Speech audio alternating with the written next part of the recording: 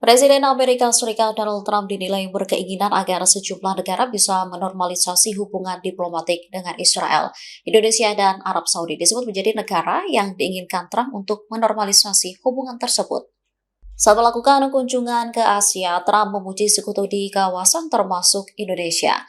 Trump menyebut RI mendukungnya dalam upaya mengakhiri perang Israel-Hamas secara permanen.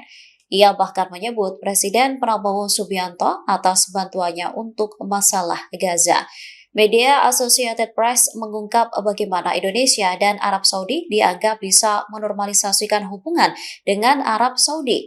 Disebutkan kesepakatan perdamaian permanen di Gaza bisa membuka jalan bagi Indonesia dan Arab Saudi untuk menormalisasikan hubungan tersebut.